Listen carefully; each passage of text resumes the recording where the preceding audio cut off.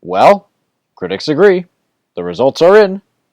The greatest decade of all time for science fiction is... Drumroll.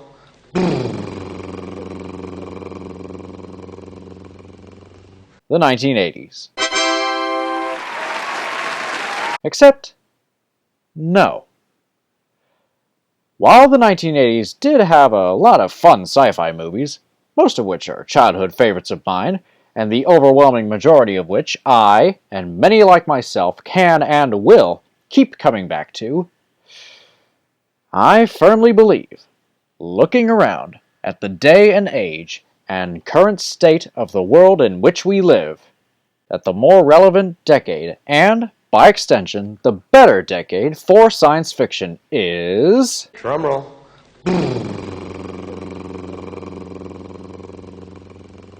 the 1970s.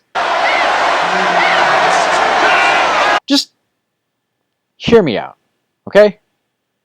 Now, while it is true that the decade of the 1980s had some terrific science fiction masterpieces like Honey, I Shrunk the Kids, Bill and Ted's Excellent Adventure, They Live, The Blob, Akira, Killer Clowns from Outer Space, Cherry 2000, Bad Taste, RoboCop, Spaceballs, Predator, Little Shop of Horrors, From Beyond, Night of the Creeps, The Fly, Flight of the Navigator, Maximum Overdrive, Aliens, The Toxic Avenger, Brazil, The Return of the Living Dead, Weird Science, Back to the Future, The Stuff, Night of the Comet, The Terminator, The Adventures of Buckaroo Banzai Across the Eighth Dimension, War Games, The Ice Pirates, Repo Man, Krull, Tron, Twilight Zone the Movie, Blade Runner, The Thing, E.T. the Extraterrestrial, Mad Max 2 The Road Warrior, Escape from New York, Heavy Metal, Scanners, and a whole slew of others. Let me ask you this. Are there any one of these films, classics though they are, that are relevant to this modern world? Are they any more than simple popcorn movies that one doesn't have to think about too hard? Are they just simple roller coaster rides where one can just turn their brain off, sit back, and enjoy oneself? Then when it's all over and done with, you can do it all again, or throw up, and then you do it again? No decade of science fiction, or fantasy for that matter, nowadays especially, has ever been more emulated and more homaged than the 1980s. Ready Player One and Stranger Things in particular are practically written exclusively as excuses to blow the greatest 80s movies ever. In my opinion, it's overdone, it's annoying, and it needs to stop. Now, science fiction in the 1970s, on the other hand, well, the 1970s were a cynical decade, to say the least. I mean, after the complete circus show of a decade that was the 1960s, what with the business about the assassinations of John F. Kennedy, Malcolm X, and Martin Luther King Jr., the Bay of Pigs, the Cuban Missile Crisis, the Vietnam War, the Chicago 7, the deaths of both Marilyn Monroe and Judy Garland, not to mention the soul-crushing paranoia that at any second, the Soviet Union and the United States could and would destroy each other along with the Earth with one fell swoop, along with a myriad of other earth-shattering events, there wasn't much reason to be optimistic about the future. So, science fiction writers, and indeed most writers in general, coped in the only way they knew. I'm as mad as hell, and I'm not going to take this anymore! Some of the toughest, meanest, angriest, filthiest works of art to ever be created were created in the 1970s. Science fiction films got tough, mean, angry, and filthy too. No Blade of Grass, THX 1138, The Omega Man, A Clockwork Orange, ZPG, Soylent Green, Westworld, Dark Star, The Terminal Man, A Boy and His Dog, Death Race 2000, Rollerball, The Ultimate Warrior, Shivers, Logan's Run, God Told Me To, Demon Seed, and Mad Max were all released in this decade. Okay, now for the really important question.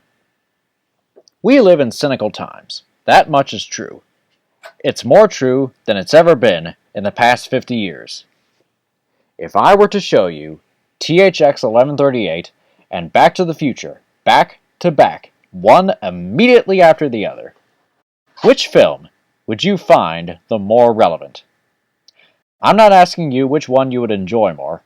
I know which one you would enjoy more because I know which one I would enjoy more. No, what I want to know is this.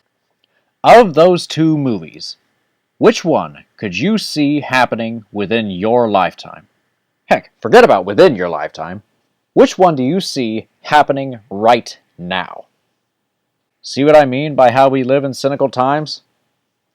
In a society like ours, obsessed with conformity and keeping up with the latest toys and candy, we are all less than half a step from shaving our heads bald and dressing in white robes for the rest of our lives. Gangs of American police officers are 10,000 million times more dangerous to our daily lives than gangs of random hoodlums ever were, ever are, and ever will be. Scientists predict that in less than 5 years from now, the world population will have exceeded 8 billion. There will never, ever, ever be enough fresh food to feed them all.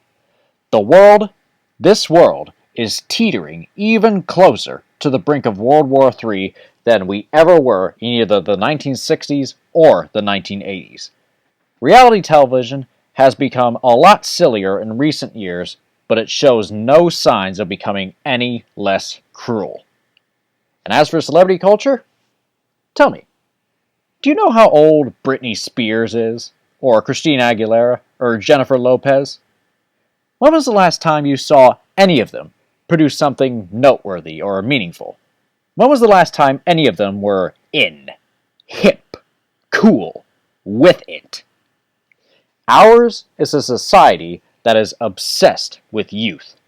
The older our heroes get, the younger the people around them get. The younger the people around them get, the less likely they'll keep following the old guard.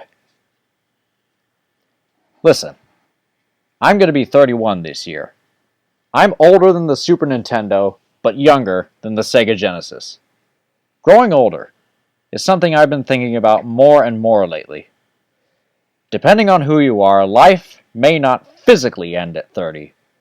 But if you're a celebrity, with lots of money and an army of loyal fans and marketability, turning 30 is about as good as being reborn in the fiery ritual of carousel. So, in conclusion, the line at the bottom is this. We will never have time-traveling cars, time-traveling telephone booths, cyborg police officers, or dimension-hopping race cars. The inside of a computer is nothing but a bunch of microchips, dust, cobwebs, and rat skeletons. No one will ever be able to physically create the woman of their dreams or start World War III with the stroke of a few keys.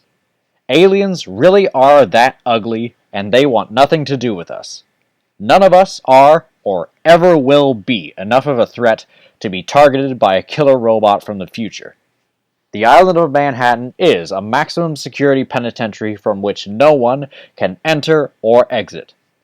And everyone who is in a position of power is an alien in disguise, and they will turn us all into hamburgers. Sleep tight.